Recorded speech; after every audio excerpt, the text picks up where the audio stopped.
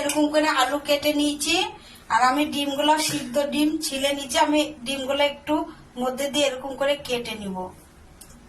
এরকম করে আমি একটা একটা করে সব ডিম কেটে নিব, তাকে ভাজার টাইমে না ফাটে ডিমটা। গরম হয়ে গেছে, আমি এখন পেঁয়াজটা কেটে রেখেছিলাম আগের থেকেই। পেঁয়াজটা আমি ভেজে নেব, লাল লাল করে ভেজে উঠে নেব।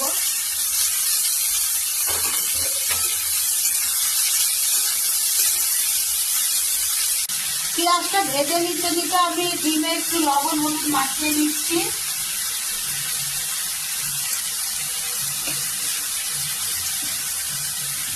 লাল হয়ে এসছে, এবার পুরো ভালো করে ভেজে নিয়ে দিয়ে তারপরে আমি দেখাবো।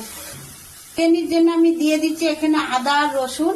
এটাকে আমি বেশি বাটবো না, অল্প হালকা বাটবো। সাথে একটু জিরা আর একটু ধনিয়া পিষে নেব।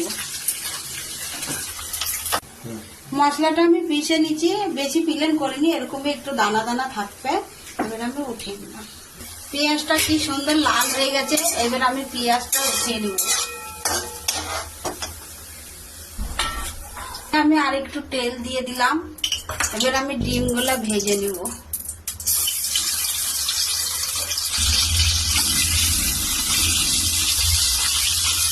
ডিমটা ভাজা হয়ে গেছে, এবার আমি ডিমটা উঠিয়ে নিচ্ছি। উঠে নিয়ে ওই ডিমে দিয়ে দিব আমি আলুগুলা। এবার আলুগুলো আমি লাল করে ভেজে উঠিয়ে নিব। আলুটা ভাজা হয়ে গেছে, লাল করে আমি উঠিয়ে নিলাম। এবার তেলটা গরম হয়ে গেছে, আমি দিয়ে দিলাম একটু জিরা, একটা শুকনো লঙ্কা, একটা তেজপাতা দিয়ে দিলাম। টমেটো কেটে রাখা মশলাটা দিয়ে দিলাম। এবার দিয়ে দিলাম লবণ, দিয়ে দিলাম হলুদ, দিয়ে দিলাম লঙ্কার পাউডার। ভালো করে কষিয়ে নিব। মশলাটা হয়ে এসছে, আর একটু হবে। তেলটা একদম দেখতে পাচ্ছেন তেল ছেড়ে দিচ্ছে। এদিকে আমি বিরিয়ানির জন্য কুকারটা গরম করে নিই। কুকারটা গরম হয়ে গেছে, আমি দিয়ে দিলাম একটু ঘি, একটু ছাই জিরা, শুকনো লঙ্কা, তেজপাতা, দিয়ে দিব পেঁয়াজ। পেঁয়াজটা লাল হয়ে গেছে একটু, এবার আমি জলটা ঢেলে দিব। জলটা ঢেলে দিলাম। চালটা 1 ঘন্টা হয়ে গেছে ভিজানো, দেখতে পাচ্ছেন ভিজে গেছে। এবার আমি কুকারে দিয়ে দিব চালটা।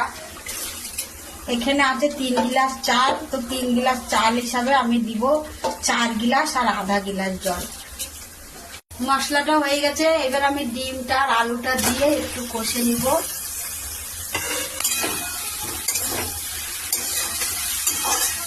দিয়ে দেবো আমি একটু সামান্য গরম মশলা।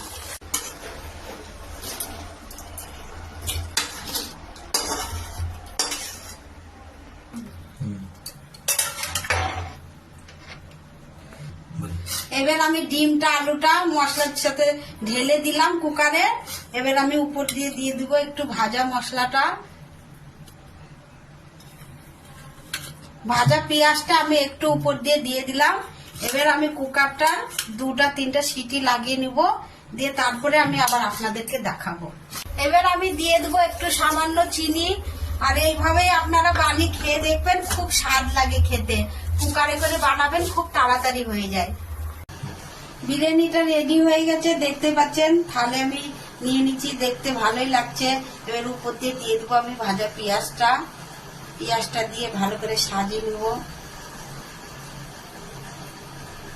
আর এর সাথে আছে সালাদ,